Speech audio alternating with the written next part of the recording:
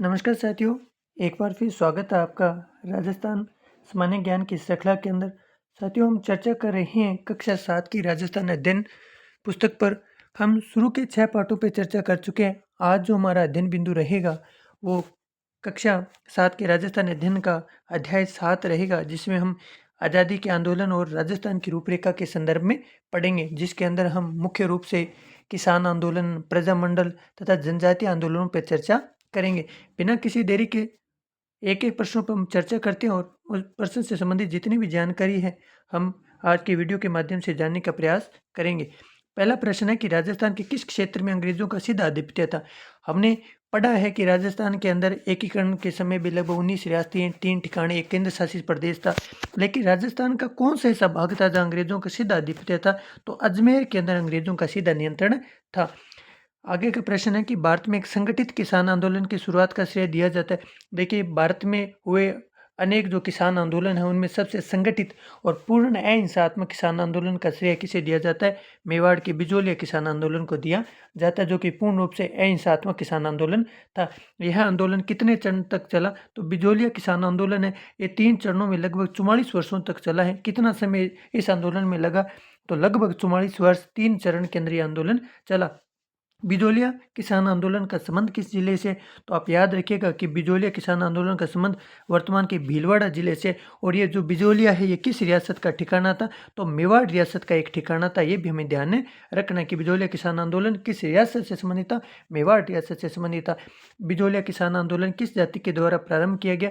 तो बिजोलिया किसान आंदोलन है वो धाकड़ जाति के किसानों के द्वारा प्रारंभ किया गया था। बिजोलिया किसान आंदोलन पूर्ण हिंसात्मक किसान आंदोलन जो लगभग कितने साल तक चला? 44 साल तक चला। और ये कितने चरण के अंदर चला? 3 चरण के अंदर चला। ये भी हमें ध्यान रखना है। आगे प्रत्येक चरण का सन भी लिखा हुआ है कि कौन किस किस चरण के अंदर क्या क्या घटनाएं घटित हुए, वो भी हम आगे की बात करेंगे कि बिजोलिया किसान आंदोलन कितने चरण के अंदर चला। तो बिजोलिया किसान आंदोलन है वो 3 चरणों के अंदर चलता है, जिसका प्रथम इस किसान आंदोलन का जो प्रथम चरण है वो 1897 से 1914। और इस चरण के अंदर जो आंदोलन की बागडोर है वो साधु सीताराम दास।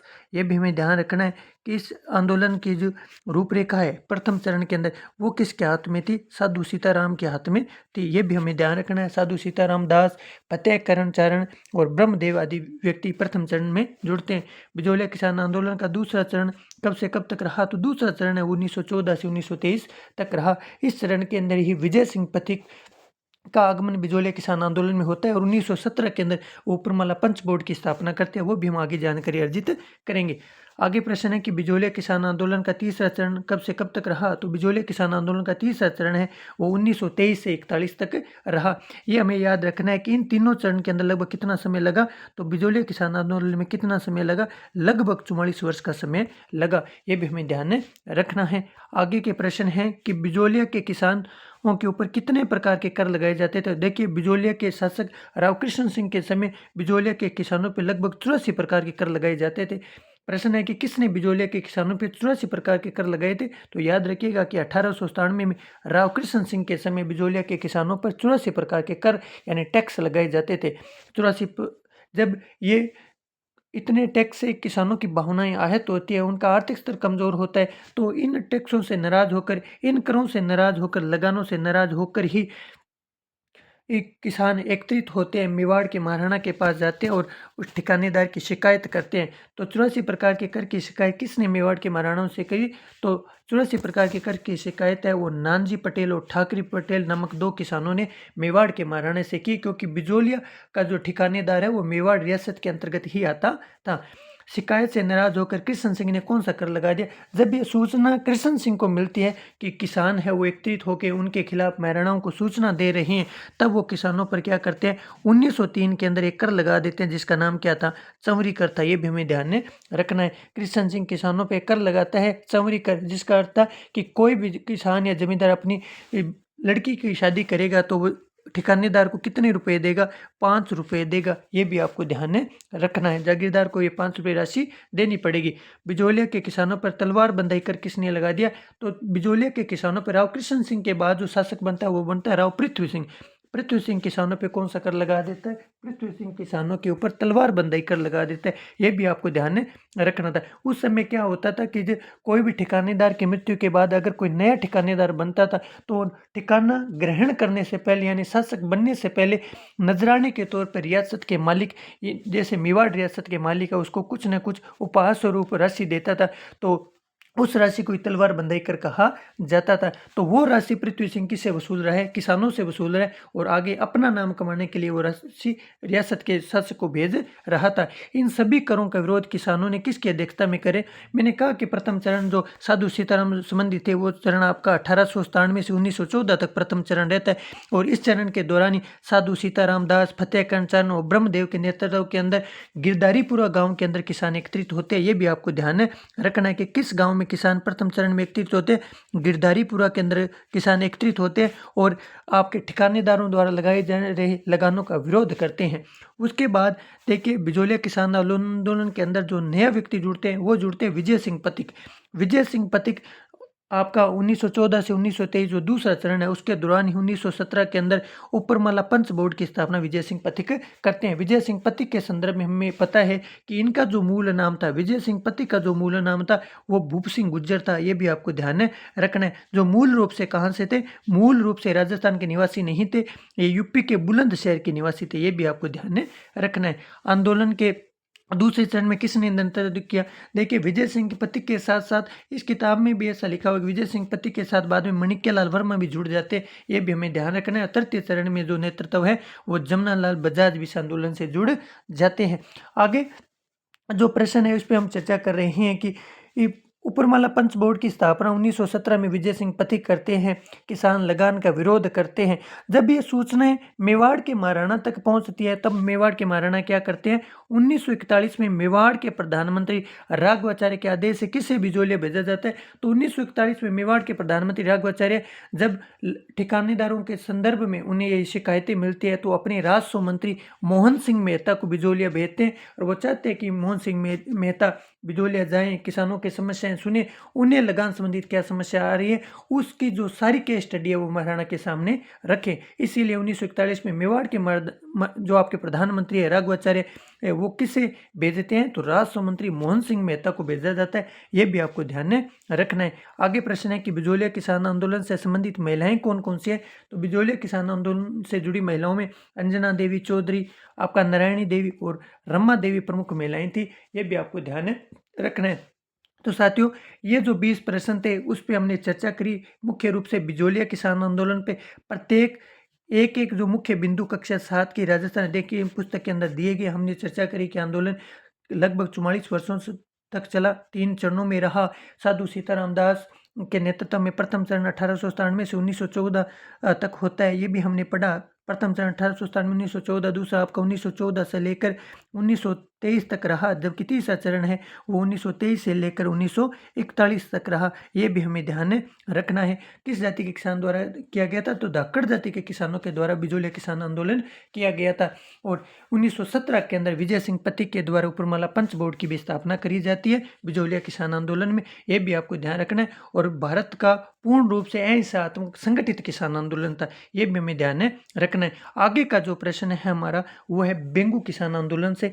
बेंगू किसान आंदोलन में कौन कौन सी घटनाएं होती है एक एक पे हम चर्चा करते हैं कि बेंगू के ठिकानेदार के द्वारा जब लगान वृद्धि की जा रही थी, किसानों से बेहिसाब लगान वसूला जा रहा था, तो किसानों एक जगह एकत्रित होते हैं। तो मिनाल नामक आपके चित्तौड़गढ़ के अंदर मिनाल नामक स्थान पर वो एकत्रित होते हैं और इस लगान वृद्धि का विरोध करते हैं। कब एकत्रित होते हैं? 1921 के अंदर एकत्रित होते हैं। ये भी हमें ध्यान रखना है कि बेंगू ठिकाने के जो किसान है वो कहाँ एकत्रित होते हैं? तो 1921 के अंदर वो मिनाल नामक स्थान पर एकत्रित होते हैं। ये भी हमें ध्यान रखना है। जब ये किसान 1921 में मिनाल में एकत्रित होते हैं तब क्या होता है, यहाँ के जो शासक है उस टाइम क्या था 1922 के अंदर यहाँ के जो शासक थे अनूप सिंह, यहाँ का शासक कौन था?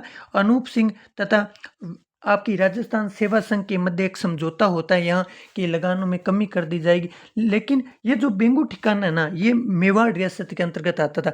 लेकिन मेवाड़ सरकार ने जो अनूप सिंह आपके ये बेंगू ठिकानेदार अनूप सिंह व राजस्थान सेवा संघ के मध्य जो समझौता हुआ है उसे मानने से इनकार कर दिया था, ये भी आपको ध्यान रखना है। और ये जो अनूप सिंह व राजस्थान सेवा संघ के मध्य समझौता होता है उसे किस समझौते की संज्ञा देते हैं, तो बोल सेविक समझौते की संज्ञा देते हैं। ये भी आपको ध्यान रखना है कि बोल सेविक समझौते की संज्ञा किसे दी गई थी, तो आपके ठिकानेदार अनूप सिंह व राजस्थान सेवा संघ के मध्य जो 1922 में समझौता होता है लगान कम करने को लेकर, उसे मेवाड़ सरकार मानने से मना कर दिए और बोल सेविक समझौते की संज्ञा दे देते। ये भी आपको ध्यान रखना है कि बेंगू ठिकाने के किसान कहाँ एकत्रित होते हैं, मिनाल नामक स्थान पर एकत्रित होते हैं चित्तौड़गढ़ के अंदर। 1921 के अंदर बेंगू किसान आंदोलन का नेतृत्व किसने किया, देखिए नेतृत्व के लिए विजय सिंह पथिक से गुहार लगाई जाती है, लेकिन विजय सिंह पथिक आंदोलन का नेतृत्व नहीं करते। उनके आदेश पे रामनारायण चौधरी के द्वारा बेंगू किसान आंदोलन का नेतृत्व किया जाता है।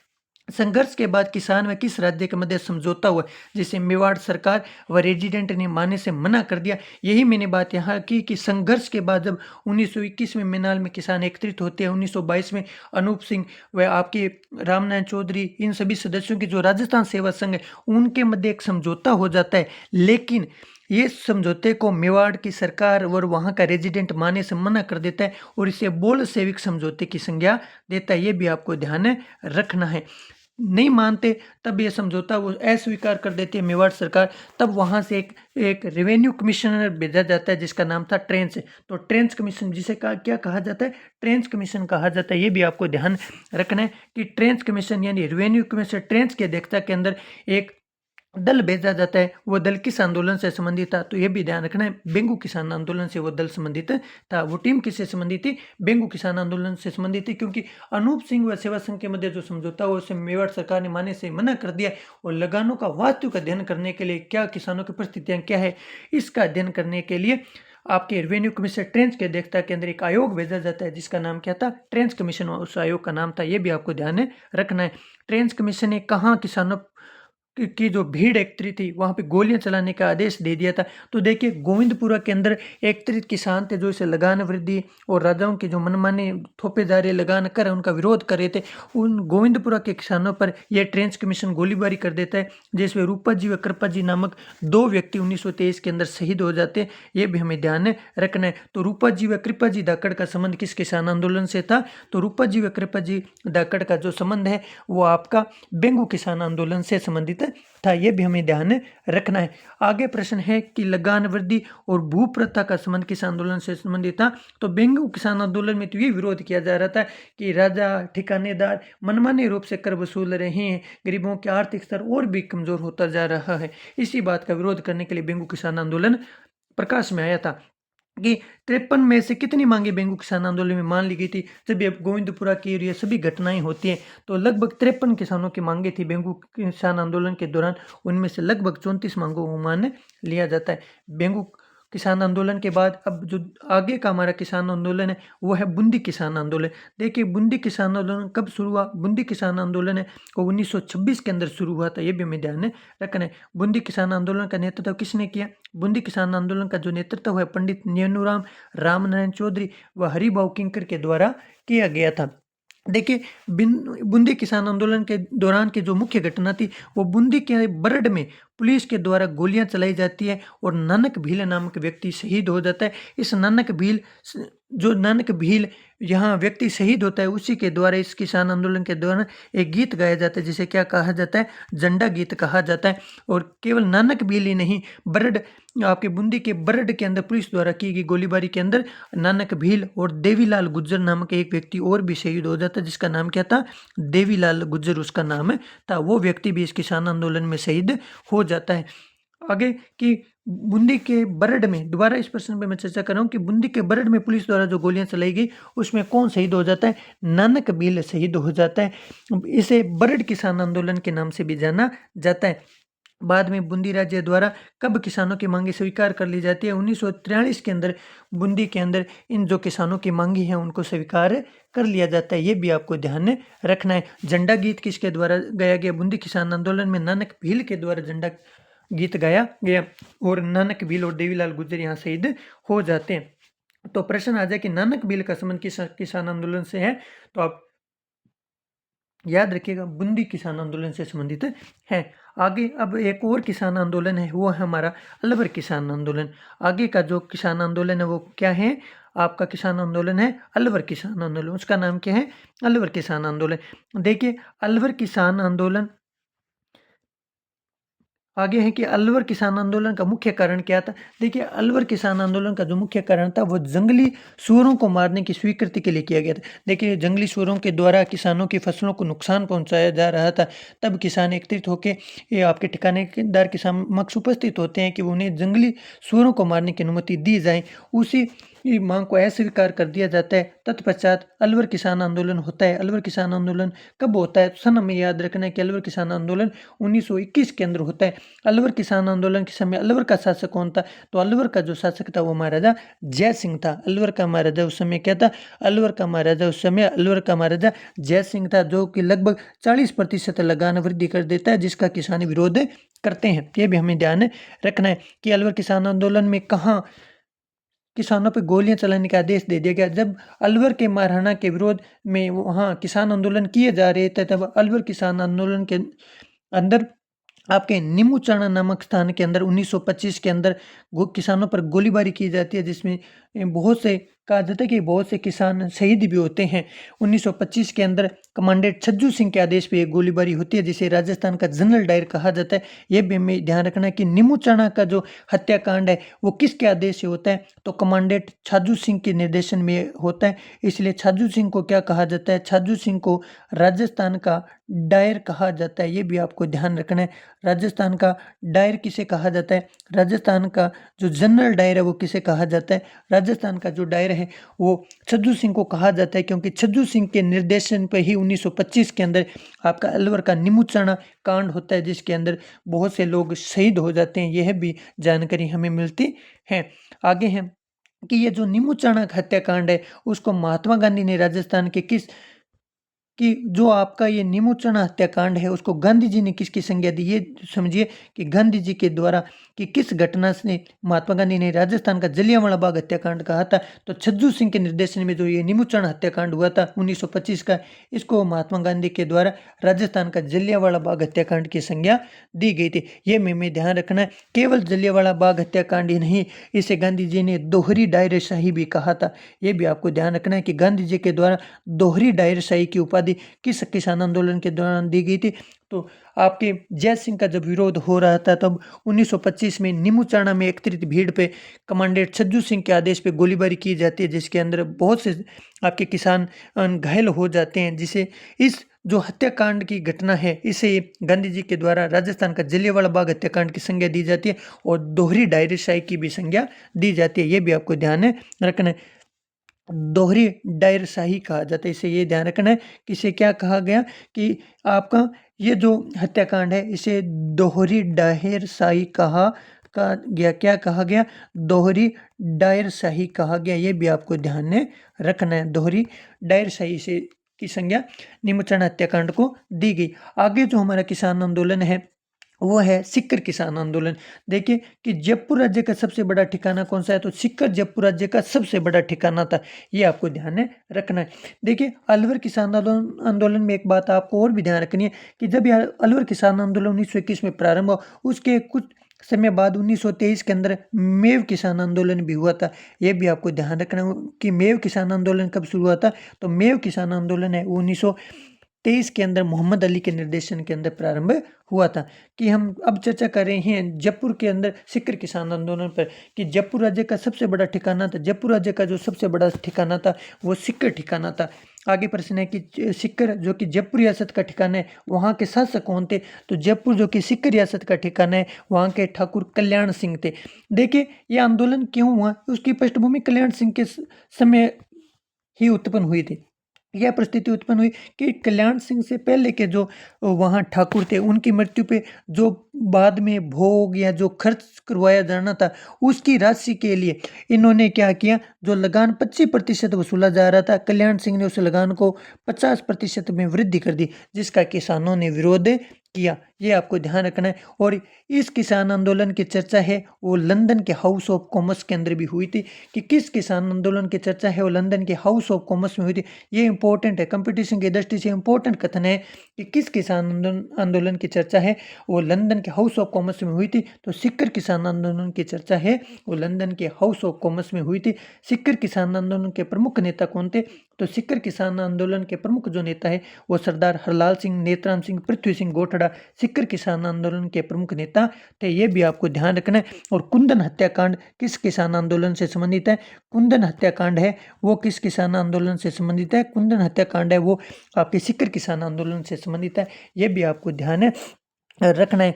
एक बात आपको और ही ध्यान रखनी है कि किशोरी देवी के नेतृत्व के अंदर एक महिला थी जिनका नाम क्या था? किशोरी देवी एक महिला थी। किशोरी देवी महिला के नेतृत्व के अंदर आपके कटरा थल के अंदर एक महिला सम्मेलन भी बुलाया जाता है। कटरा थल के अंदर एक महिला सम्मेलन बुलाया जाता है 1934 के अंदर, ये भी ध्यान रखना है। तो कटरा थल महिला सम्मेलन का संबंध किस किसान आंदोलन से था? तो सिक्कर किसान आंदोलन से था, जो किसके द्वारा बुलाया जाता है? 1934 के अंदर किशोरी देवी के द्वारा सिक्कर किसान आंदोलन के दौरान कटरा थल के अंदर एक महिला सम्मेलन भी बुलाया जाता है। और आपका कुंदन हत्याकांड है वो किससे संबंधित था? सिक्कर किसान आंदोलन से संबंधित था। और मुख्य रूप से किसान आंदोलन का जन्म देने या उपज देने का काम किसका था? तो कल्याण सिंह का था, जिसने पूर्व ठाकुर की मृत्यु पर खर्च के अंदर लगान वसूली जो 25% थी उसको 50% कर दिया था, ये भी आपको ध्यान में रखना। आगे चिड़ावा के अंदर किसने सेवा समिति का गठन किया था? तो मास्टर कालीचरण के द्वारा चिड़ावा के अंदर एक सेवा समिति का भी गठन किया गया था, ये भी आपको ध्यान में रखना है। आपको ये भी ध्यान रखना है कि राम नारायण चौधरी के प्रयासों से एक जो लंदन में एक पत्रिका प्रकाशित होती थी हेराल्ड नाम, डेली हेराल्ड नाम की पत्रिका प्रकाशित होती है, उसमें भी इसकी सूचना प्रकाशित की गई थी। तो डेली हेराल्ड अखबार में सूचना का प्रकाशन रामनारायण चौधरी के द्वारा करवाया गया था। तो किस किसान आंदोलन से संबंधित था? कि किस किसान आंदोलन की सूचना है वो आपके लंदन के अंदर डेली हेराल्ड नामक पत्रिका में प्रकाशित की गई, तो वो आपको याद रखना है, सिक्कर किसान आंदोलन। आगे हैं कि शेखावाटी किसान आंदोलन में कहाँ के किसानों ने लगान देने से मना कर दिया था? तो नवलगढ़ मंडावा, आपका नवलगढ़ मंडावा, डुंडलोद, बिसाऊ और मालासर के जो किसान हैं उन्होंने लगान देने से क्या कर दिया था? मना कर दिया था, ये भी आपको ध्यान में रखना है। किस किसान आंदोलन का समाधान आज़ादी के बाद हुआ? कहा जाता है कि शेखावाटी के जो किसान आंदोलन है इनका समाधान कब हुआ था? आज़ादी के बाद हुआ था, ये भी आपको ध्यान रखना है। कि डाबड़ा में लगान वृद्धि का विरोध कब हुआ? एक 7वीं के जो आपकी राजस्थान दिन की पुस्तक है उसमें से सारा आंकड़ा लिया गया कि डाबड़ा के अंदर कब लगान वृद्धि की गई। तो डाबड़ा के अंदर जो लगान वृद्धि 1947 के अंदर, और कब हुई? 1947 से पहले, और विरोध कब हुआ? 1947 में हुआ, ये भी आपको ध्यान में रखना है। मैंने आपके समक्ष राजस्थान किसान आंदोलन से संबंधित, जिसके अंदर हमने बिजोलिया है, बेंगू है, अलवर किसान आंदोलन है, आपका बूंदी बरड किसान आंदोलन है, आपका सिक्कर किसान आंदोलन है, इन प्रमुख आंदोलनों पर चर्चा करी। लगभग 44 तो लिखित प्रश्न है, बहुत से अतिरिक्त हमने जानकारी भी हासिल करी, जैसे डेली हेराल्ड के संदर्भ में बोल्शेविक समझौता क्या है, लंदन के हाउस ऑफ कॉमर्स में किस आपके किसान आंदोलन की चर्चा हुई, आपके छज्जू सिंह के द्वारा कौन से किसान आंदोलन में गोलीबारी की गई, गांधी जी के द्वारा कौन से किसान आंदोलन को आपका राजस्थान का जलियांवाला बाग हत्याकांड कहा गया। इन समस्त प्रश्नों पे मैंने आपके समक्ष चर्चा करी और उम्मीद है कि आपको ये जो प्रश्न है वो अच्छे लगे होंगे और कंपटीशन की दृष्टि से भी ये प्रश्न महत्वपूर्ण है। अब जो हमारे आगे की चर्चा है वो है जनजातीय आंदोलन पे, कि राजस्थान के अंदर जनजातियों के द्वारा कौन कौन से आंदोलन किए गए, ये बिंदु भी 7वें अध्याय के अंदर है। हम एक एक प्रश्न पे चर्चा करेंगे और जो प्रमुख अतिरिक्त जानकारियाँ होंगी वो भी साथ साथ जानने का प्रयास करेंगे। कि बिलों में जन जागृति लाने का प्रयास करने वाले कौन थे? तो देखिए, बिलों में जो जन जागृति लाने का प्रयास है वो गोविंद गुरु के द्वारा किया गया, ये भी आपको ध्यान रखना है। गोविंद गुरु के द्वारा बिलों में जन जागृति लाने का प्रयास किया गया था। आपको ये भी याद रखना है कि गोविंद गुरु किसके विचारों से प्रभावित थे? तो दयानंद सरस्वती के विचारों से गोविंद गुरु प्रभावित थे। कि गोविंद गुरु किसके विचारों से प्रभावित थे? गोविंद गुरु है वो दयानंद सरस्वती के विचारों से प्रभावित थे। यह कथन हमें ध्यान रखना कि इनका जन्म कहाँ हुआ था? इनका जन्म बासिया गांव डूंगरपुर के अंदर हुआ था। गोविंद गुरु का जन्म कहाँ हुआ? तो बासिया गांव आपका डूंगरपुर के अंदर, बासिया गांव के अंदर हुआ। किस परिवार में हुआ? बंजारा परिवार में हुआ। यह कथन भी आपको याद रखना है। कि बिल्लों में जन जागृति लाने का प्रयास गोविंद गुरु के द्वारा किया गया। यह दयानंद सरस्वती के विचारों से प्रभावित है। इनका जन्म बासिया डूंगरपुर के बंजारा परिवार में हुआ था। यह कथन भी आपको याद रखना है। आगे प्रश्न है कि गोविंद गुरु ने कौन सी संस्था की स्थापना की। गोविंद गुरु के द्वारा आपके सन 1883 के अंदर सिरोही के अंदर गोविंद गुरु के द्वारा 1883 के अंदर सिरोही के अंदर संत सभा की स्थापना की जाती है। ये भी आपको खत्म ध्यान रखना है। किसकी स्थापना करी जाती है? गोविंद गुरु के द्वारा संत सभा की स्थापना करी जाती है। ये कथन भी आपको ध्यान रखना है कि गोविंद गुरु के द्वारा किस संस्था की स्थापना करी जाती है। 1883 के अंदर सिरोही के अंदर संत सभा की स्थापना करी जाती है। संत एक राजस्थानी भाषा का शब्द है जिसका अर्थ है बंधुत्व या भाईचारे की भावना। आगे कथन है कि 1913 के अंदर कहाँ आदिवासियों का आश्विन शुद्धि पूर्णिमा को संत सभा का अधिवेशन हो रहा था। कि 1913 में आश्विन शुद्धि पूर्णिमा को संत सभा का अधिवेशन कहाँ हो रहा था? तो मानगढ़ पहाड़ी पे हो रहा था। ये भी हमें ध्यान रखना है। और इसी मानगढ़ पहाड़ी पर जब ये अधिवेशन हो रहा था उसी दौरान MBC यानी मेवाड़ भील कोर की सेना और बाकी अधिकारियों की सेना मिलकर इन आदिवासियों पे गोलीबारी करती है जिसमें सैकड़ों आदिवासी मारे जाते हैं। और आपको ये भी ध्यान रखना है कि मानगढ़ पहाड़ी बांसवाड़ा की ये जो घटना है ये किसके निर्देशन में हुई थी? कर्नल शटल के निर्देशन में हुई थी। कर्नल शटल के आदेशानुसार उन मानगढ़ पहाड़ी पे एकत्रित भीलों पर गोलीबारी की जाती है जिसमें सैकड़ों भील शहीद हो जाते हैं। इसीलिए जो ये बांसवाड़ा मानगढ़ पहाड़ी बांसवाड़ा की घटना है इसे आदिवासियों का जलियांवाला बाग हत्याकांड भी कहा जाता है। मानगढ़ की ये जो घटना है यह आदिवासियों का जलियांवाला बाग हत्याकांड कहलाता है। ये भी आपको ध्यान में रखना है कि आदिवासियों का जलियांवाला बाग हत्याकांड कौन सा आपका घटना चक्र कहलाता है। तो आदिवासियों का जो जलियांवाला बाग हत्याकांड है ये आपके मानगढ़ की जो एक घटना है 1913 के अंदर आश्विन शुद्धि पूर्णिमा को जब संत सभा का अधिवेशन हो रहा था मानगढ़ पहाड़ी पर, उसी समय कर्नल शटल के निर्देशानुसार MBC की सेना यानी मेवाड़ भील कोर की सेना के द्वारा आदिवासियों पर अंधाधुंध गोलीबारी कर दी जाती है जिसमें सैकड़ों आदिवासी मारे जाते हैं। इसे राजस्थान के अंदर आदिवासियों का जलियांवाला बाग हत्याकांड कहा जाता है। यह कथन भी आपको ध्यान रखना है कि इस आंदोलन को और किस नाम से जाना जाता है? तो इस आंदोलन को भगत आंदोलन के नाम से भी जाना जाता है। गोविंद गुरु चाहते थे कि वो जो भील लोग हैं जो आदिवासी लोग हैं वो जिन भी कुकृत्यों में लिप्त है उनका त्याग कर दे, वो भक्तमय जीवन जिए, वो नशा करना छोड़ दे, अपने आप को शिक्षित करे, अपने आप को स्वच्छ रखें। यह किसकी विचारधारा थी? गोविंद गुरु की थी। इसलिए यह आंदोलन किस नाम से जाना जाता है? भगत आंदोलन के नाम से भी जाना जाता है। आगे प्रश्न है कि आदिवासी जातियों के दूसरे मसीहा के रूप में किसे जाना जाता है? तो आदिवासियों के दूसरे मसीहा के रूप में मोतीलाल तेजावत को जाना जाता है, जिसे ये जो आदिवासी लोग हैं ये प्रेम से बाबूजी के नाम से भी पुकारते थे। तो बाबूजी के नाम से किसे पुकारा जाता था? मोतीलाल तेजावत को पुकारा जाता था। ये भी हमें ध्यान रखना है। इन्हें भी आपके आदिवासियों का दूसरा मसीहा कहा जाता है। मोतीलाल तेजावत को आदिवासियों का क्या कहा जाता है? दूसरा मसीहा कहा जाता है। और प्रेम भाषा के अंदर ये मोतीलाल तेजावत को आदिवासी लोग क्या कहते थे?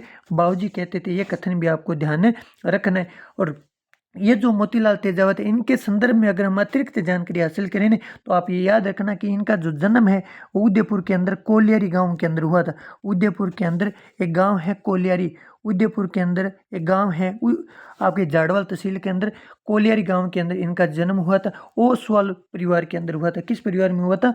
ओसवाल परिवार में हुआ था। ये भी हमें जानकारी ध्यान में रखनी है। और ये आदिवासी लोग इनको बाबूजी के नाम से पुकारते थे। तेजावत जी ने किसानों व आदिवासियों को बेगार यानी बिना आपके देखिए कोई भी कार्य किया जा रहा है उसके बदले आपको अगर कोई भी पगार कोई भी वेतन नहीं दिया जा रहा तो उसे बेगार कहा जाता है। तेजावत जी ने किसान व आदिवासियों को बेगार के विरोध में कहाँ संघर्ष का आह्वान किया था? जो चित्तौड़गढ़ के अंदर मत्र कुंडिया के अंदर किसान एकत्रित होते हैं 1921 के अंदर, जो आपके बेगार है लगान वृद्धि है इसका वहाँ विरोध किया जाता है। तो ये कथन आपको ध्यान रखना है कि तेजावत जी ने किसान व आदिवासियों को बेगार लगान के विरोध में संघर्ष करने का आह्वान कहाँ से किया था?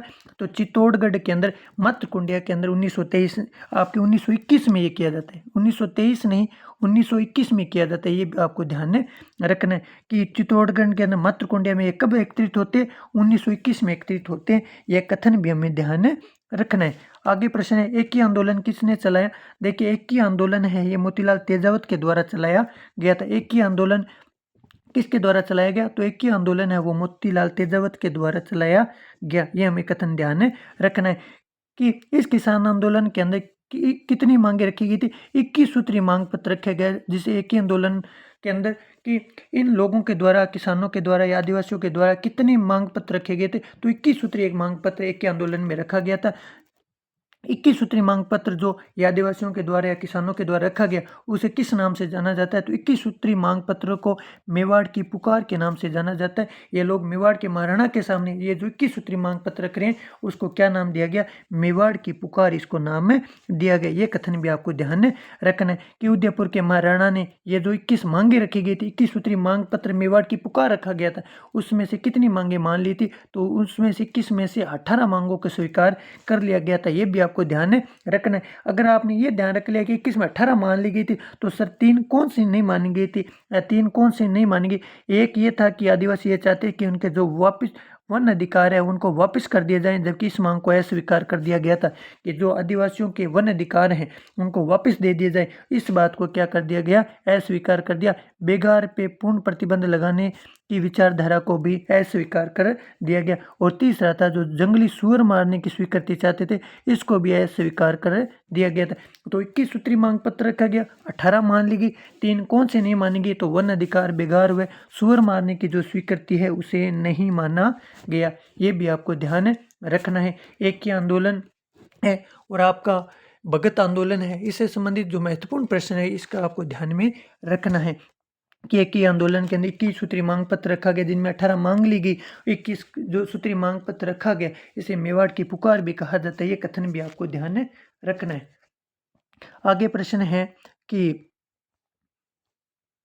देवल, डूंगरपुर, बांसवाड़ा आपके भीलों को संगठित करने का श्रेय किसे दिया जाता है? तो देखिए, ये जो डूंगरपुर, बांसवाड़ा आपके यहाँ के जो भील, इस क्षेत्र के जो भील आदिवासी लोग थे, इन्हें संगठित करने का श्रेय है वो भोगीलाल पांड्या व हरिदेव जोशी को दिया जाता है। ये कथन भी आपको ध्यान रखना है। भोगीलाल पांड्या को आपके वागड़ का गांधी भी कहा जाता है। यह कथन भी आपको ध्यान में रखना है कि भोगीलाल पांड्या को क्या कहा जाता है? वागड़ का गांधी भी कहा जाता है। ये कथन भी आपको ध्यान में रखना है। आगे है कि मीणा चौकीदार, जो मीणा चौकीदारी करते थे, इसके बदले वो गांव से क्या वसूलते थे? तो वो चौथ वसूलते थे। ये एक प्रकार से आप ये मान लीजिए कि ये जो चौकीदारी करते थे उससे बदले वो गाँव वालों से क्या वसूल करते थे?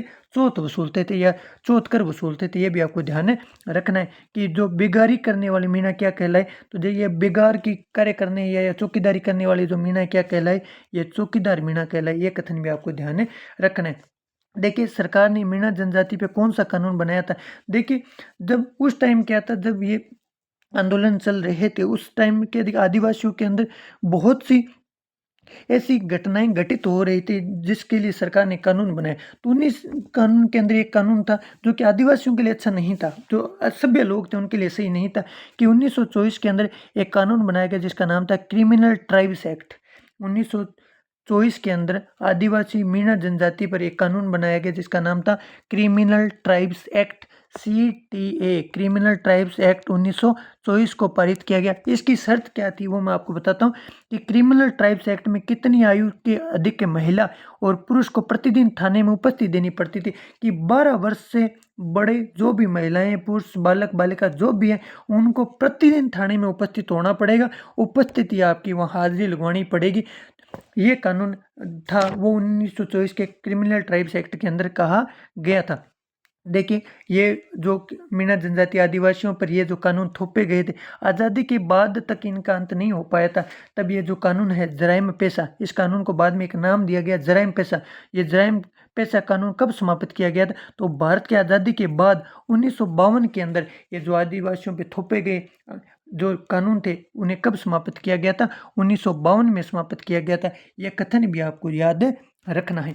तो अब मैंने चर्चा करी है आपके किसान आंदोलन के बाद जो जनजातीय आंदोलन में मुख्य रूप से हम चर्चा करें तो मैंने आपके समक्ष पढ़ाया कि जनजातीय आंदोलन में हमने देखा कि जन जागृति गोविंद गुरु लेके आते हैं। संत सभा की स्थापना 1883 के अंदर सिरोही के अंदर होती है।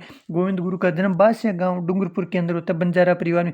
ये भी देखा कि 1913 में आश्विन सुदी पूर्णिमा को मानगढ़ पहाड़ी पे एक अधिवेशन हो रहा है। MBC की सेना इकट्ठी होती है, शटल के नेतृत्व के अंदर एकत्रित जो आपकी भीड़ है, आदिवासियों की भीड़ है, सभा वहाँ आयोजित हो रही है, वहाँ गोलीबारी कर दी जाती है, सैकड़ों आपके निसहाय लोग मारे जाते हैं। इस घटना चक्र को आदिवासियों का जलियांवाला बाग हत्याकांड भी संज्ञा दी गई। इस आंदोलन को भगत आंदोलन के नाम से भी जाना जाता है। फिर हमने दूसरे मसीहा मोतीलाल तेजावत के संदर्भ में भी पढ़ा कि मोतीलाल तेजावत के संदर्भ में भी जानकारी हासिल करी कि उन्होंने लगान व बिगाड़ को समाप्त करने के लिए चित्तौड़गढ़ के मातृकुंडिया में किसानों को एकत्रित किया और एक नया आंदोलन चलाया जिसका नाम क्या था, एक ही आंदोलन। एक ही आंदोलन के अंदर 21 सूत्री मांग पत्र रखा गया जिसे मेवाड़ की पुकार कहा जाता है, जिनमें 18 मेवाड़ के मारना मान लेते हैं, लेकिन 3 आपके वन अधिकार, बिगाड़ को समाप्त करना और जंगली सुअर के शिकार पे प्रतिबंध के ये जो मांग थी इसको अस्वीकार कर दिया जाता है। आपके मीणों पर भी 1924 में क्रिमिनल ट्राइब्स एक्ट का एक कानून बनाया जाता है जो कि जराइम पेशा 1952 में समाप्त किया जाता है। ये सारी जो मेन चीज़ थी इस अध्याय की हमने चर्चा करी। अब जो हमारी आगे की वार्ता होगी वो होगी प्रजामंडल के अंदर, कि राजस्थान के अंदर उत्तरदायी शासन की स्थापना करने के लिए प्रजामंडलों का गठन किया गया था, कि सब लोग ये चाहते थे कि प्रत्येक रियासत अपने अंदर एक उत्तरदायी शासन की स्थापना करें। किसकी स्थापना करें? प्रत्येक रियासत का दायित्व है कि वो उत्तरदायी शासन की स्थापना करें। उत्तरदायी शासन की स्थापना के उद्देश्य से राजस्थान के अंदर विभिन्न प्रजामंडलों की स्थापना की गई थी। एक एक प्रश्न पे हम चर्चा करते हैं प्रजामंडल के संदर्भ में, कि प्रजामंडल का अर्थ क्या? प्रजामंडल का अर्थ है प्रजा का मंडल अथवा संगठन, कि एक ऐसी व्यवस्था स्थापित करे जिसके अंदर जनता भी पूर्ण रूप से शासन के भागीदार हो। उसे पता होना चाहिए कि उसके राज्य के अंदर, उसकी रियासत के अंदर क्या हो रहा है। आगे किसने कहा कि राजस्थान में जन आंदोलन तभी प्रारंभ होगा जब वहां की जनता तैयार होगी। देखिए, पंडित जवाहरलाल नेहरू का यह कथन था कि किसी भी क्षेत्र में आंदोलन के लिए जरूरी है कि वहां की जनता तैयार हो। अगर जनता शिक्षित होगी, जनता जागरूक होगी तो आंदोलनों में वो बढ़ चढ़कर भाग लेगी। प्रथम जो आंदोलन है हम चर्चा कर रहे हैं वो हमारा है मारवाड़ प्रजामंडल। देखिए, मारवाड़ प्रजामंडल की जो स्थापना है वो जैन एंड व्यास के द्वारा 1934 में की गई थी। कहाँ की गई थी? जोधपुर के अंदर की गई थी। कि मारवाड़ प्रजामंडल की स्थापना है वो जैन एंड व्यास के द्वारा कब की गई? मारवाड़ प्रजामंडल की स्थापना जैन एंड व्यास के द्वारा 1934 के अंदर की गई थी। ये भी आपको ध्यान में रखना है। आप जैन एंड व्यास के संदर्भ में भी आप ये कथन याद रखें कुछ, कि इनके द्वारा मारवाड़ की अवस्था, पोपाबाई की पोल की, ये जो जैन एंड व्यास है इनके संदर्भ में अतिरिक्त जानकारी मैं एक बार दोबारा लिख रहा हूँ कि मारवाड़ की वर्तमान अवस्था, मारवाड़ की अवस्था, ये किताब तो ये मारवाड़ की अवस्था, और दूसरी जो किताब थी वो थी पोपाबाई की पोल, पोपाबाई की पोल। इन दो किताबों का प्रकाशन किसके द्वारा? पोपाबाई की पोल। इन दो किताबों का प्रकाशन किसके द्वारा करवाया गया था? कि मारवाड़ की अवस्था व पोपाबाई की पोल, इन दो किताबों का प्रकाशन किसके द्वारा करवाया गया था? जैन एंड व्यास के द्वारा करवाया गया था। ये भी आपको ध्यान में रखना है। आगे हैं कि मारवाड़ प्रजामंडल के अध्यक्ष कौन बने थे? तो मारवाड़ प्रजामंडल के जो अध्यक्ष हैं वो भंवरलाल श्राप बने थे। यह कथन भी आपको ध्यान में रखना है। अध्यक्ष भंवरलाल श्राप थे, लेकिन मुख्य संस्थापक है वो जैन एंड व्यास थे। ये भी आपको ध्यान में रखना है। जैन एंड व्यास के संदर्भ में आपको कुछ एक दो जानकारियाँ और भी रखनी चाहिए मेरे हिसाब से, वो भी आपको ध्यान में होना चाहिए कि इन्हीं के द्वारा राजस्थानी भाषा का प्रथम राजनीतिक समाचार भी प्रकाशित करवाया गया। कि राजस्थानी भाषा का प्रथम राजनीतिक पत्र जिसका नाम क्या था? आगीबाण, जो कि राजस्थानी भाषा का प्रथम आपका राजनीतिक समाचार पत्र था। इसका प्रकाशन किसके द्वारा करवाया गया? जैन एंड व्यास के द्वारा करवाया गया। यह कथन भी आपको ध्यान रखना है। ये केवल राजस्थानी भाषा के अखबार ही नहीं, अपितु इनके द्वारा एक पाक्षिक यानी 15 दिनों में प्रकाशित होने वाला पीप पत्रिका का प्रकाशन भी करवाया गया, जो किस भाषा के अंदर थी? इंग्लिश भाषा के अंदर थी। वो भी आपको ध्यान रखना है कि पीप जो कि इंग्लिश भाषा का समाचार पत्र था, यह भी जैन एंड व्यास के द्वारा प्रकाशित करवाया गया था, जो कि अंग्रेजी भाषा का था और पाक्षिक था।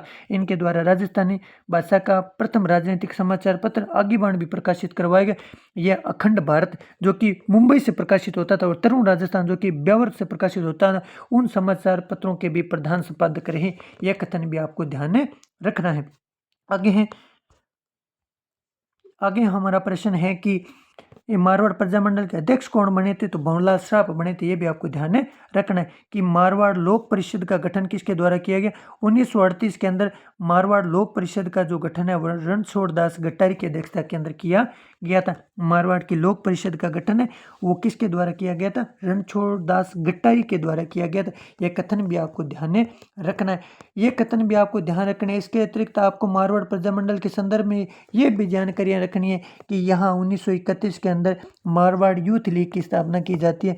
1931 के अंदर मारवाड़ यूथ लीग की स्थापना किस प्रजामंडल से संबंधित थी? मारवाड़ किसान आंदोलन से संबंधित थी। यह कथन भी आपको याद रखना है। एक स्थानीय बालिका, यहाँ एक और भी घटना होती है कि 1936 के अंदर एक स्थानीय बालिका कृष्णा का अपहरण हो जाता है। उसके विरोध के अंदर मुंबई के अंदर कृष्णा दिवस मनाया जाता है। ये भी आपको ध्यान में रखना है। तो कृष्णा दिवस कृष्णा दिवस है वो किस प्रजामंडल से संबंधित था?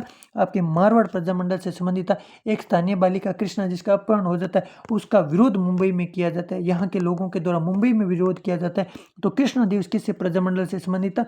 आपके मारवाड़ प्रजामंडल से संबंधित था। और 1942 के अंदर जोधपुर की जेल के अंदर बाल मुकुंद बिस्सा की मृत्यु हो जाती है। ये भी आपको ध्यान में रखनी है कि बाल मुकुंद बिस्सा की मृत्यु, बाल मुकुंद बिस्सा की जो मृत्यु है वो जोधपुर की जेल में हो जाती है। वो किस प्रजामंडल से संबंधित है? ये भी आपको ध्यान रखना, वो भी मारवाड़ प्रजामंडल से संबंधित थे। मारवाड़ प्रजामंडल के संदर्भ में मैंने बहुत सी अतिरिक्त जानकारियां हैं कि मारवाड़ प्रजामंडल की जो स्थापना है वो जयनारायण व्यास के द्वारा 1934 जोधपुर में की गई।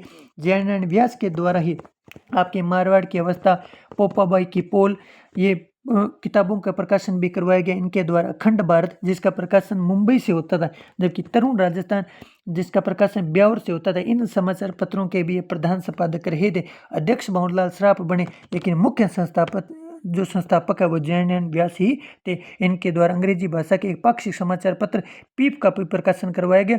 और केवल पीप का ही नहीं, राजस्थानी भाषा के प्रथम राजनीतिक समाचार पत्र आगीबाण का प्रकाशन है वो भी किसके द्वारा करवाया गया? जयनारायण व्यास के द्वारा करवाया गया। यह कथन भी आपको ध्यान में रखना है। आगे के जो हमारे प्रश्न है वो जयपुर प्रजामंडल से संबंधित है, वो भी हम एक एक करके उन पर चर्चा करते हैं। उनसे संबंधित जो भी जानकारी है वो हम हासिल करने का प्रयास करते हैं। आगे प्रश्न है कि जयपुर प्रजामंडल की स्थापना कब होती है? जयपुर प्रजामंडल की स्थापना 1931 के अंदर कपूरचंद पाटनी या पारगी ने कपूरचंद पाटनी है, ये ध्यान रखना कि कपूरचंद पाटनी व जमनालाल बजाज के प्रयासों से जयपुर प्रजामंडल की स्थापना होती है। और ये राजस्थान का पहला प्रजामंडल था। यह कथन आपको ध्यान रखना है कि राजस्थान का पहला प्रजामंडल कौन सा था? तो राजस्थान का जो पहला प्रजामंडल है वो आपका जयपुर प्रजामंडल था। राजस्थान का जो पहला प्रजामंडल है वो जयपुर प्रजामंडल राजस्थान का पहला प्रजामंडल था। राजस्थान का पहला प्रजामंडल कौन सा था? तो जयपुर प्रजामंडल है, ये राजस्थान का पहला प्रजामंडल है। ये भी आपको ध्यान में रखना है। देखिए, ये जो प्रजामंडल पहले स्थापित होता है इनके कार्यों से बाकी सदस्य खुश नहीं होते या उस उद्देश्य की पूर्ति ये प्रजामंडल नहीं कर पाता। प्रारंभ में जिस उद्देश्य की पूर्ति के लिए इसकी स्थापना की गई थी, तब क्या होता है 1936 के अंदर जयपुर जो प्रजामंडल उसका क्या होता है? पुनर्गठन होता है। ये भी आपको ध्यान में रखना है कि 1936 के अंदर जयपुर प्रजामंडल का क्या होता है? पुनर्गठन होता है। ये भी आपको ध्यान रखना है। आगे है कि जयपुर प्रजामंडल में जो प्रजामंडल का कार्य प्रारंभ हुआ तब किसके नेतृत्व में हुआ? तो चिरंजीव लाल मिश्र के नेतृत्व के अंदर जयपुर प्रजामंडल जयपुर प्रजामंडल जो पुनर्गठन के बाद जो कार्य प्रारंभ होता है वो किसके नेतृत्व के अंदर होता है? चिरंजीव लाल मिश्र के नेतृत्व में होता है। ये भी आपको ध्यान रखना है। और जयपुर प्रजामंडल के प्रथम अधिवेशन में अध्यक्षता कौन करते हैं? तो जयपुर प्रजामंडल के प्रथम अधिवेशन में अध्यक्षता 1938 में जमनालाल बजाज के नेतृत्व में की जाती है। ये कथन भी आपको ध्यान रखना है। इसके अतिरिक्त आप जयपुर प्रजामंडल से संबंधित कुछ बातें और भी ध्यान रखें कि आप एक याद रखिएगा कि 1942 के अंदर जयपुर प्रजामंडल से संबंधित मैं एक बात बताता हूँ कि 1942 के अंदर आपके जो जयपुर के प्रधानमंत्री हैं, जयपुर के प्रधानमंत्री जिसका नाम क्या था? मिर्जा इस्माइल, जिनका नाम क्या था? मिर्जा इस्माइल। जयपुर के प्रधानमंत्री मिर्जा इस्माइल और आपके हीरालाल शास्त्री के मध्य एक समझौता होता है। हीरालाल शास्त्री के मध्य एक क्या होता है? हीरालाल शास्त्री के मध्य एक समझौता होता है जिसे क्या कहा जाता है? Gentleman agreement. क्या कहा जाता है? जेंटलमैन एग्रीमेंट कहा जाता है कि 1942 के अंदर आपके जयपुर के प्रधानमंत्री मिर्जा इस्माइल व हीरालाल शास्त्री के मध्य एक समझौता होता है जिसे क्या कहा जाता है, जेंटलमैन, आपके जेंटलमैन एग्रीमेंट कहा जाता है, जेंटलमैन एग्रीमेंट कहा जाता है। इस समझौते के अंदर यह शर्त थी कि जयपुर प्रजामंडल है ये भारत छोड़ो आंदोलन के अंदर भाग नहीं लेगा, कि जयपुर प्रजामंडल है वो भारत छोड़ो आंदोलन में भाग नहीं लेगा, भारत छोड़ो आंदोलन में भाग नहीं लेगा। लेकिन जो बाकी कुछ सदस्य थे वो इस समझौते का विरोध करते हैं और वो इससे असंतुष्ट होकर, इस जेंटलमैन एग्रीमेंट से असंतुष्ट होकर ही आपके बाबा हरिश्चंद्र के नेतृत्व में, किसके नेतृत्व के अंदर, बाबा हरिश्चंद्र के नेतृत्व के अंदर, बाबा हरिश्चंद्र के नेतृत्व के अंदर आज़ाद मोर्चे का गठन किया जाता है। ये भी आपको कथन ध्यान रखना है कि बाबा हरिश्चंद्र के नेतृत्व के अंदर आज़ाद मोर्चे का गठन किया जाता है। तो आज़ाद मोर्चे का संबंध किससे था, आज़ाद मोर्चे का जो संबंध है वो आपके जयपुर प्रजामंडल से था, कि जयपुर प्रजामंडल में 1942 के अंदर जयपुर के प्रधानमंत्री जमनालाल, जो आपके जयपुर के प्रधानमंत्री मिर्जा इस्माइल और हीरालाल शास्त्री के मध्य एक समझौता होता है जिसे जेंटलमैन एग्रीमेंट कहा जाता है। लेकिन कुछ सदस्य इससे असंतुष्ट होते हैं और वो अपना अलग मोर्चा यानी अलग दल स्थापित करते हैं, जिसका नाम क्या था, आज़ाद मोर्चा था, जो कि बाबा हरिश्चंद्र के नेतृत्व के अंदर बनाया जाता है। ये जो आज़ाद मोर्चा है ये बाद में 1945 के अंदर जाकर आपके जयपुर प्रजामंडल के अंदर विलय हो जाता है। ये कथन भी आपको ध्यान रखना है कि ये जो आज़ाद मोर्चा है ये जयपुर प्रजामंडल के अंदर कब विलय हो जाता है, 1945 के अंदर इसका भी क्या हो जाता है, विलय हो जाता है। ये कथन भी आपको ध्यान रखना है। ये कथन किससे संबंधित था, कि जेंटलमैन एग्रीमेंट का पूछे कि जेंटलमैन एग्रीमेंट का संबंध किस प्रजामंडल से था, तो जयपुर प्रजामंडल से था, जिसे असंतुष्ट भी कुछ लोग होते हैं। हरिश्चंद्र के नेतृत्व में आज़ाद मोर्चे का गठन किया जाता है और ये आज़ाद मोर्चा ही है 1945 में जाकर पुनः जयपुर प्रजामंडल में इसका भी विलय हो जाता है। ये भी आपको ध्यान रखना है। आगे कि जयपुर प्रजामंडल के जेंटलमैन एग्रीमेंट के अंदर आपको ये कथन एक और याद रखना है कि उनकी शर्त क्या थी, कि जयपुर प्रजामंडल है ये भारत छोड़ो आंदोलन में भाग नहीं लेगा। और ये भी चीज़ आपको ध्यान रखनी है कि जो जयपुर प्रजामंडल है इसका जो अधिवेशन होता है वो किसकी अध्यक्षता के अंदर होता है, जमनालाल बजाज की अध्यक्षता के अंदर होता है। यह कथन भी आपको ध्यान रखना है कि जयपुर प्रजामंडल का जो प्रथम अधिवेशन है वो किसकी अध्यक्षता के अंदर होता है, जयपुर प्रजामंडल का प्रथम अधिवेशन है 1938 में जमनालाल बजाज की अध्यक्षता के अंदर होता है। ये भी आपको ध्यान रखना है। आगे है मेवाड़ प्रजामंडल। मेवाड़ प्रजामंडल पे हम चर्चा करते हैं, एक प्रश्न भी चर्चा करेंगे कि मेवाड़ प्रजामंडल की स्थापना कब हुई। मेवाड़ प्रजामंडल की स्थापना है 24 अप्रैल 1938 को बलवंत सिंह मेहता की अध्यक्षता के अंदर होती है, कि मेवाड़ प्रजामंडल की जो स्थापना है वो 24 अप्रैल 1938 को बलवंत सिंह मेहता की अध्यक्षता के अंदर होती है। ये कथन भी आपको ध्यान रखना है कि मेवाड़ प्रजामंडल की स्थापना मुख्य भूमिका किसने निभाई, मेवाड़ प्रजामंडल की स्थापना मुख्य भूमिका है वो माणिक्यलाल वर्मा के द्वारा निभाई गई। यह कथन भी आपको ध्यान रखना है। और ये भी याद रखना है कि JB कृपलानी विजय लक्ष्मी के द्वारा इस प्रजामंडल का उद्घाटन किया गया था। तो विजय लक्ष्मी पंडित और आपके JB कृपलानी के द्वारा, JB कृपलानी द्वारा किस प्रजामंडल का उद्घाटन किया गया था, तो विजय लक्ष्मी पंडित और JB कृपलानी के द्वारा आपके मेवाड़ प्रजामंडल का उद्घाटन किया गया था। ये भी ध्यान रखना है। आगे है आपका बीकानेर प्रजामंडल, कि बीकानेर प्रजामंडल की स्थापना कब हुई। बीकानेर प्रजामंडल की जो स्थापना है वो 1936 के अंदर मग्गाराम वेद व लक्ष्मण दास स्वामी के द्वारा कहाँ की गई, कोलकाता में की गई। ये कथन इंपॉर्टेंट है कि किस प्रजामंडल की स्थापना राजस्थान से बाहर हुई, तो उसमें ये बीकानेर प्रजामंडल भी है। ये भी आपको ध्यान रखना है कि बीकानेर प्रजामंडल की स्थापना है 1936 में मग्गाराम वेद व लक्ष्मण दास स्वामी के द्वारा कलकत्ता में की गई। यह कथन भी आपको ध्यान रखना है। और केवल यही नहीं ध्यान रखना, आपको ये कथन भी ध्यान रखना है कि थोथी पोथी नामक ये पत्रिका प्रकाशन किस प्रजामंडल के दौरान करवाया गया था, तो थोथी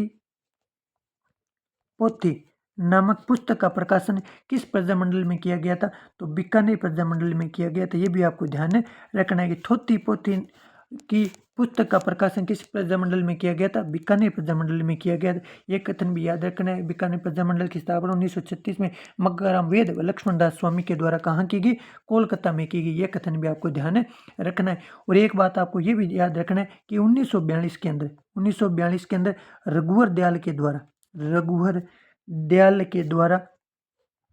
दयाल गोयल के द्वारा यहाँ बीकानेर प्रजामंडल के अंदर आपकी बीकानेर राज्य प्रजा परिषद की स्थापना की गई थी कि बीकानेर राज्य प्रजा परिषद की स्थापना किस प्रजामंडल में की गई थी? तो 1942 के अंदर आपके रघुवर दयाल गोयल के द्वारा बीकानेर राज्य प्रजा परिषद की स्थापना की गई थी। यह कथन भी आपको ध्यान में रखना है। बीकानेर प्रजामंडल का खुला अधिवेशन आयोजित हुआ था। तो बीकानेर प्रजामंडल का जो खुला अधिवेशन है वो कहाँ आयोजित हुआ था? बीकानेर प्रजामंडल का जो खुला अधिवेशन है वो 30 जून 1946 को आपके रायसेन नगर में आयोजित हुआ था। उस टाइम का रायसेन नगर में आयोजित हुआ था, जो वर्तमान में गंगानगर जिले के अंदर है। कि रायसेन नगर में बीकानेर प्रजामंडल का खुला अधिवेशन होता है और यहाँ एकत्रित भीड़ पे पुलिस के द्वारा गोलीबारी की जाती है इस रायसेन नगर के अंदर ही, और एक व्यक्ति शहीद हो जाता है जिसका नाम क्या था? बिरबल शहीद हो जाता है। कौन शहीद हो जाता है? तो बिरबल शहीद हो जाता है। तो ये कथन भी आपको ध्यान रखना है कि बिरबल नामक की शहीदी किस प्रजामंडल से संबंधित थी? आपके बिरबल है, ये आपके रायसेन नगर के अंदर बीकानेर प्रजामंडल के खुले अधिवेशन के दौरान 30 जून 1946 को पुलिस की गोलीबारी के अंदर मारे जाते हैं। ये कथन भी आपको ध्यान रखना है। और किस प्रजामंडल के द्वारा बिरबल दिवस मनाया जाता है? तो बीकानेर प्रजामंडल के द्वारा बिरबल दिवस मनाया जाता है। जैसे हम पढ़ के आए कि मारवाड़ में कृष्णा दिवस मनाया गया, वैसे बिरबल दिवस किस प्रजामंडल में मनाया गया? तो ये कथन भी याद रखना है कि बिरबल प्रजामंडल है वो आपका कहाँ मनाया गया? बीकानेर प्रजामंडल के अंदर मनाया गया। आगे प्रश्न है कोटा प्रजामंडल के प्रश्न है कुछ, कि कोटा प्रजामंडल के अंदर आप चर्चा करें कि कोटा प्रजामंडल या हाड़ौती प्रजामंडल की स्थापना कब करी गई और किसने करी? तो कोटा प्रजामंडल, जिसका पहले नाम हाड़ौती प्रजामंडल था, उसकी स्थापना पंडित नेनूराम अबिनहरी व तनसुखलाल के सहयोग से की गई थी। कोटा प्रजामंडल की स्थापना है आपके अबिनहरी, तनसुख, नेनूराम इनके द्वारा करवाई गई थी। मुख्य भूमिका पंडित नेनूराम की थी। ये भी कथन आपको ध्यान में रखना है। कोटा प्रजामंडल का अधिवेशन कब हुआ था? तो कोटा प्रजामंडल का जो अधिवेशन है वो मई 1939 में हुआ था। यह कथन भी आपको याद रखना है। पहले ये हाड़ौती प्रजामंडल के नाम से 1934 तक तो ये हाड़ौती प्रजामंडल के नाम से था। बाद में इसका नाम कोटा प्रजामंडल पड़ गया। कोटा प्रजामंडल की स्थापना किसके द्वारा की गई? तो नेनूराम शर्मा के द्वारा की गई। ये भी आपको ध्यान रखा है कि और योगदान किसका था? अबिनहरी व तनसुख लाल के सहयोग से करी थी। किसने करी थी? पंडित नेनूराम ने करी थी। ये कथन भी आपको ध्यान रखना है। आगे प्रजामंडलों पर चर्चा के बाद मैं एक बार वापस मुख्य प्रजामंडल के जो हमने प्रश्न चर्चा करें, जनजातीय चर्चा करें, उस पर मैं एक बार दोबारा आपकी रिवीजन करवाता हूँ। कि प्रजामंडल के अंदर हमने पढ़ा कि जवाहरलाल नेहरू ने भी कहा था कि अगर जनता शिक्षित जागरूक है तो वहाँ प्रजामंडल आंदोलन हो सकते हैं। मारवाड़ प्रजामंडल की स्थापना हमने पढ़ा कि जयनारायण चौधरी के द्वारा 1934 में की गई। भंवरलाल शाह पहले अध्यक्ष बने, रणछोड़ दास कटारी के द्वारा करवाई गई। ये भी पढ़ा जयनारायण व्यास के द्वारा मारवाड़ की व्यवस्था, पोपाबाई की बोल, आपके पुस्तिकाओं का प्रकाशन भी करवाया गया। यही नहीं, इनके द्वारा आपके अखंड भारत, तरुण राजस्थान, अखंड भारत जिसका प्रकाशन मुंबई से होता था, तरुण राजस्थान जिसका प्रकाशन आपके ब्यावर से होता था, उसके भी ये प्रधान संपादक रहे थे। और राजस्थानी भाषा के राजनीतिक समाचार आगी बाण का भी प्रकाशन करवाया गया। और अंग्रेजी भाषा के समाचार पत्र पीप का प्रकाशन भी किसके द्वारा कराया गया? जयनारायण व्यास के द्वारा करवाया गया। ये कथन भी आपको ध्यान रखना है। और एक राजनीतिक चेतना के लिए एक परिषद का गठन भी होता है। मारवाड़ लोक परिषद का जो गठन है वो कहाँ होता है? 1938 में रणछोड़ दास कटारी की अध्यक्षता में होता है। वो भी मारवाड़ प्रजामंडल से संबंधित था। और यहाँ एक दिवस कृष्णा दिवस मनाया जाता है। ये भी ध्यान रखना है कि आप कृष्णा दिवस किस किसान आंदोलन, ये भी ध्यान रखना है कि कृष्णा दिवस किस प्रजामंडल से संबंधित है? जो कृष्णा दिवस है वो आपके मारवाड़ प्रजामंडल से संबंधित है। ये कथन भी आपको ध्यान रखना है। और एक बिरबल दिवस वाला है कि बिरबल दिवस किस प्रजामंडल से संबंधित था? तो देखिए 30 जून 1900 आपके 46 को बीकानेर प्रजामंडल के खुला अधिवेशन में पुलिस की गोलीबारी की जाती है, जिसके अंदर एक आगे की पंक्ति में चल रही है एक वीर क्रांतिकारी बिरबल की मृत्यु हो जाती है। तो बिरबल दिवस किस आपके प्रजामंडल से संबंधित था? तो बिरबल दिवस है आपका वो किस प्रजामंडल से संबंधित था?